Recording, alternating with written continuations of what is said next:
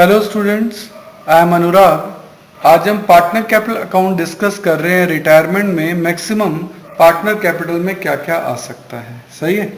तो सबसे पहले तो अपन ये देखें, पार्टनर कैपिटल अकाउंट में सबसे पहले आता है बाय बैलेंस बीडी, जो कि ओपनिंग बैलेंस है और तीनों के आपको रिटायरमेंट है इसलिए तीन पुराने पार्टनर हैं, तीनों के आपको मिल जाएंगे। इसके अलावा बैलेंस शीट में कोई जनजव है या पी एंड एल है, वो आपका यहाँ आ जाएगा कौन से रेशो में, ओल्ड रेशो में, वो भी डिस्ट्रीब्यूट हो गया। सही है। कोई रीवैल्यूएशन का प्रॉफिट है, वो भी आपका ओल्ड रेशो में यहाँ आ जाएगा। अच्छा, जितनी भी चीज़ें कैपिटल को बढ़ाती हैं वो क्रेडिट में लिखनी है और जितनी भी चीज़ें कम करती हैं उसको डेबिट में लिखना है। ठीक है। तो और क्या पार्टनर की कैपिटल को बढ़ाते हैं, मान लेते हैं कि सी रिटायर हो रहा है तो सी को गुडविल मिलेगी। सी को गुडविल कौन देंगे, ए और बी, तो बाय एस कैपिटल बाय बीस कैपिटल, और ये गुडविल किसको मिल जाएगी, सी को। किसने दी, ए और बी ने। कौन से रेशो में, गेनिंग रेशो में। ध्यान देना, रिजर्व पी एंड एल और रिवेशन सब ओल्ड रेशो में बट रहे हैं, लेकिन जाते हुए पार्टनर सी को जो गुडविल मिलेगी ये कौन देंगे, ए और बी। कौन से रेशो में, गेनिंग रेशो में। और ऐसी कोई चीज यहां नहीं है जो कि पार्टनर की कैपिटल को जो है बढ़ा सके। अब हम देखते हैं पार्टनर की कैपिटल को कम करने के जो रीजन है वो क्या क्या है। यहाँ ए और बी ने गुडविल उनको दी है तो ये ए और बी के लिए नुकसान हो गया, तो यहाँ लिखा जाएगा टू सीज कैपिटल और ए और बी को डेबिट कर दिया जाएगा। सही है। जो ये गुडविल मिली ए सी को, ये किसने दी, ए और बी ने। कौन से रेशो में, गेनिंग रेशो में। ठीक है जी, ये हो गया। और क्या हो सकता है सर, ओल्ड बैलेंस शीट में क्या क्या हो सकता है, पुरानी गुडविल हो सकती है, उसको राइट ऑफ कर दें। टू गुडविल कौन से रेशो में, ओल्ड रेशो में। ओल्ड रेशो में तो तीनों है इस बार, है ना।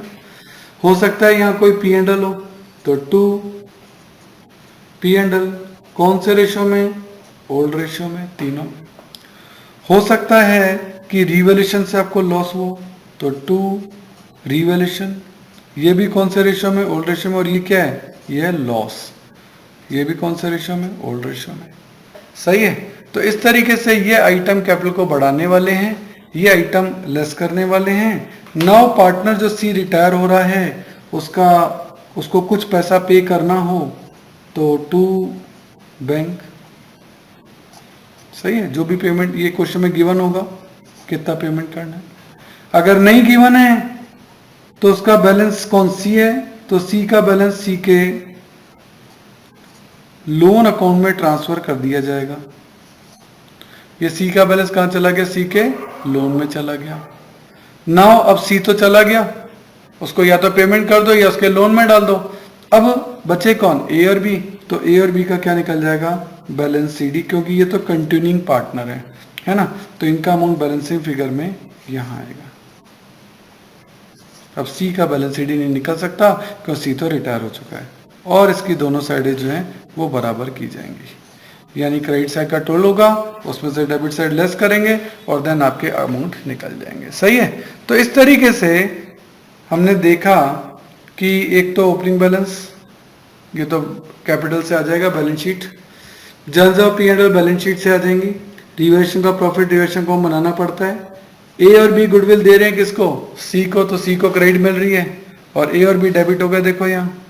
फिर कोई गुडविल पुरानी है ऐसी तो उसको राइट ऑफ करना है, इसको अपन लिखते हैं राइट ऑफ। सही है।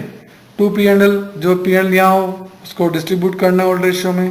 कोई रिवैल्यूएशन का लॉस हो ओल्ड रेशियो में डिस्ट्रीब्यूट करना है। इफ अगर पेमेंट करने को कह दे कि सी को जाते हुए पार्टनर को कोई गिवन होगा अमाउंट के इतने रुपए देने हैं और नहीं तो सी का बैलेंस कहाँ चल जाएगा, सी के लोन में। अब उसका बैलेंस सी डी नहीं निकलेगा। बैलेंस सी डी किसका निकलेगा, सिर्फ ए और बी का, क्योंकि ये कंटिन्यूइंग पार्टनर है, इनका टू बैलेंस सी डी जो है वह यहाँ आएगा। तो ये पार्टनर कैपिटल में आने वाले मैक्सिमम अमाउंट है। आप इसका फॉर्मेट एक बार लिख के एक बार ध्यान कर लें कि यहाँ पे क्या क्या चीजें। इससे क्या होगा कि आपको कंफ्यूजन कम होंगे, प्लस आपका टाइम जो है वो बच जाएगा। सही है।